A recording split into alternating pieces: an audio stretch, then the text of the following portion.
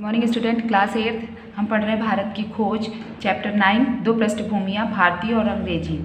भारत में अगस्त सन 1942 में जो कुछ हुआ वह आकस्मिक नहीं था, वह पहले से ही जो बहुत कुछ होता आ रहा था उसकी चरम परिणति थी। मतलब जो 1942 में हुआ, क्या हुआ, भारत छोड़ो आंदोलन हुआ, जिस वजह से हमारा भारत देश में जो परिस्थितियां निर्मित हुई वो अचानक नहीं हुई, इसके कारण ही हुई। वह पहले से जो कुछ होता आ रहा था उसकी चरम परिणति, उसकी परिणति के कारण ऐसा हुआ।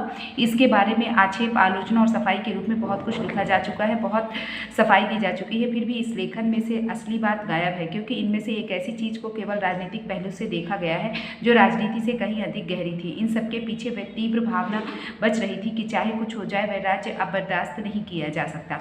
व्यापक उथल पुथल और उसका दमन, जनता की ओर से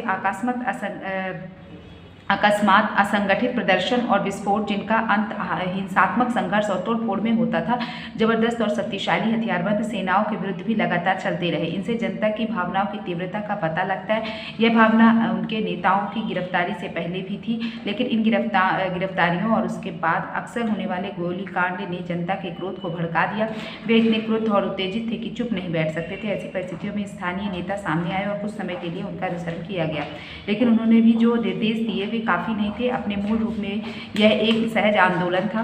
पूरे भारत में 1942 ईस्वी में युवा पीढ़ी ने, विशेष रूप से विश्वविद्यालयों के विद्यार्थियों ने हिंसक और शांतिपूर्ण दोनों तरह की कार्रवाई में बहुत महत्वपूर्ण काम किया।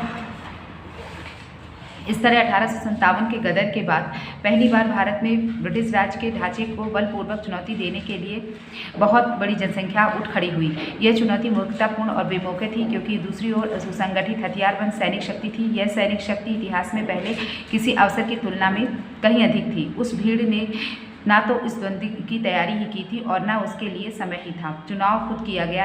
यह स्थिति उसके सामने अनजाने ही में आ गई थी। तत्कालीन प्रक्रिया के रूप में भले ही वह प्रक्रिया नासमझी से भरी या गलत रही हो, लेकिन उससे भारत की स्वतंत्रता के लिए उन्होंने अपने प्रेम और विदेशी शासन के विरुद्ध अपनी घृणा को प्रकट किया। सन 1942 के दंगों में पुलिस और सेना की गोलीबारी के मारे गए और घायल हुए लोगों की संख्या के अनुमानित सरकारी आंकड़े के अनुसार 1028 मरे और 3200 घायल हुए। जनता के अंदाज के अनुसार मृतकों की संख्या 25,000 कही जाती है, पर यह संख्या भी संभवतः अतिरंजित है।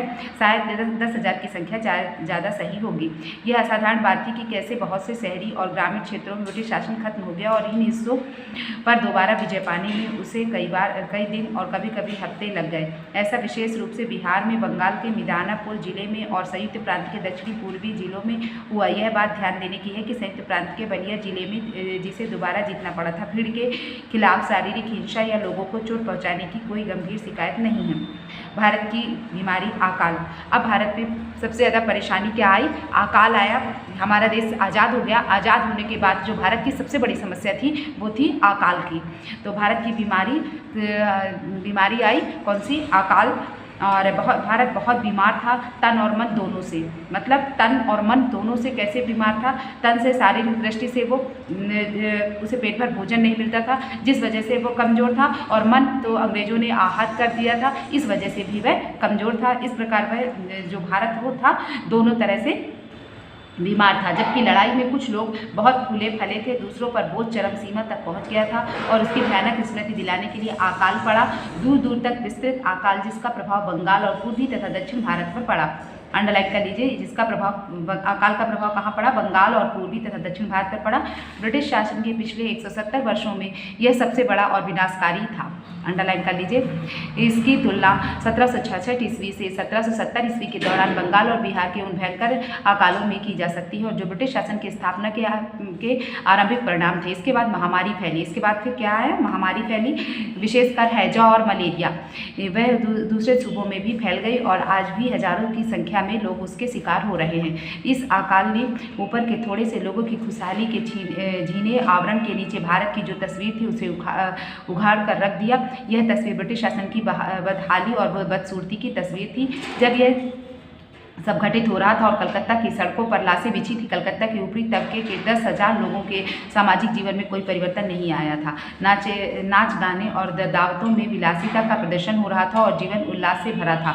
अक्सर कहा जाता है कि भारत अंतर्विरोधों का देश है। कुछ लोग बहुत धनवान और बहुत से लोग बहुत निर्धन हो गए थे। यहाँ आधुनिकता भी है और मध्ययुगीनता भी है। यहाँ शासक है और शासित भी, ब्रिटिश है और भारतीय भी।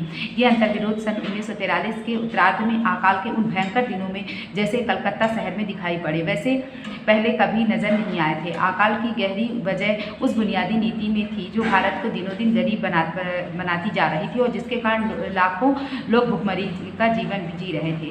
भारत में ब्रिटिश शासन पर बंगाल की भयंकर बर्बादी ने और उड़ीसा, मालाबार एवं दूसरे स्थानों पर पड़ने वाले अकाल ने आखिरी फैसला दे दिया। पर जब वे जाएंगे तो वे क्या छोड़ेंगे। 3 वर्ष पहले मृत्युशैया पर पड़े टैगोर के सामने यह चित्र उभरा था। अंडरलाइन कीजिए यहाँ पर। 3 वर्ष पहले मृत्युशैया पर पड़े टैगोर के सामने यह चित्र उभरा था, लेकिन वे कैसा भारत छोड़ेंगे। कितनी नग्न दुर्गति। अंत में उनके सदियों पुराने प्रशासन की धारा सूख जाएगी तो वे अपने पीछे कितनी कीचड़ और कचरा छोड़ेंगे।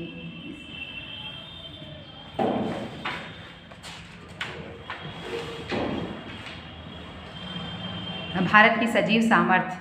अकाल और युद्ध के बावजूद प्रकृति अपना कायाकल्प करती है और कल की लड़ाई के मैदान को आज फूलों और हरी घास से ढक देती है। मनुष्य के पास स्मृति का विलक्षण गुण होता है। वह कहानियों और यादों से निर्मित अतीत में बसता है। वह वर्तमान इससे पहले कि हमें उसका बोध हो अतीत में खिसक जाता है। आज जो बीते हुए कल की संतान है, खुद अपनी जगह अपनी संतान आने वाले कल को दे जाते हैं। कमजोर आत्मा वाले समर्पण कर देते हैं और वे हटा दिए जाते हैं, लेकिन बाकी लोग मशाल को आगे ले चलते हैं और आने वाले कल के मार्गदर्शकों को सौंप देते हैं।